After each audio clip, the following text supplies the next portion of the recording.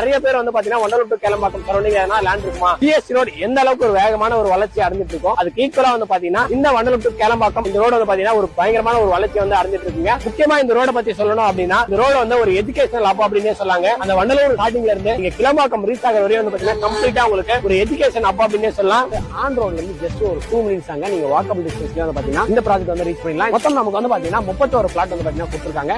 700 square ஃபீட்ல இருந்து 1800 2400 square feet வரையும் வந்து பாத்தீங்கன்னா இங்க பிளாட் சைஸ் வந்து அவைலபிள் இருக்குங்க. கம்ப்ளீட்டா இப்ப நீங்க திரும்பும்போது அப்படியே பாப்பீங்க எல்லாமே வந்து பாத்தீங்கன்னா நல்ல பிரைமான பிரீமியமான அபார்ட்மெண்ட்ஸ் இருக்கக்கூடிய ஒரு சூப்பரான லொகேஷன்ல தான் இந்த ப்ராஜெக்ட் வந்து அமைஞ்சிருக்குங்க. சுத்தி நமக்கு வந்து பாத்தீங்கன்னா வீடுகள் இருக்குங்க. இங்க இருந்து கிளம்பாக்கம் பஸ் ஸ்டாண்ட் வந்து பாத்தீங்கன்னா ஜஸ்ட் நம்ம 6 to 7 மினிட்ஸ்ல வந்து பாத்தீங்கன்னா தாராளமா ரீச் பண்ணிடலாங்க. நமக்கு தாம்பரம் ரயில்வே ஸ்டேஷன் வந்து பாத்தீங்கன்னா ஜஸ்ட் நம்ம 15 மினிட்ஸ்ல வந்து பாத்தீங்கன்னா தாராளமா ரீச் பண்ணலாம். ஏர்போர்ட்ல வந்து பாத்தீங்கன்னா நம்ம 25 ல இருந்து 30 மினிட்ஸ்ல வந்து பாத்தீங்கன்னா ரீச் பண்ணிடலாங்க. உங்க கையில முன் பணமா ஒரு 10 லட்சம் ரூபாய் இருந்தா போதுங்க. நீங்க இந்த மெயின் லொகேஷன் அதாவது நம்ம வண்டலூர் டு கேளம்பாக்கம் ஜங்ஷன்ல இருந்து ஜஸ்ட் ஒரு வாக்கபிள் டிஸ்டன்ஸ்ல நீங்க சொந்தமா வந்து பாத்தீங்கன்னா ஒரு லேண்ட் வாங்கிக்க முடியுங்க. சொந்தமா ஒரு வீடு வேணும் அப்படின்னு நினைச்சீங்கன்னா உங்களுக்கு 65 லட்சம் ரூபாயிலே வந்து பாத்தீங்கன்னா சொந்தமா ஒரு வீடுமே வந்து பாத்தீங்கன்னா கட்டி கொடுக்குறாங்க. அதுக்கு ஒரு முன்பணமா உங்க கையில ஒரு 15 லட்சம் ரூபாய் இருந்தா போதுங்க.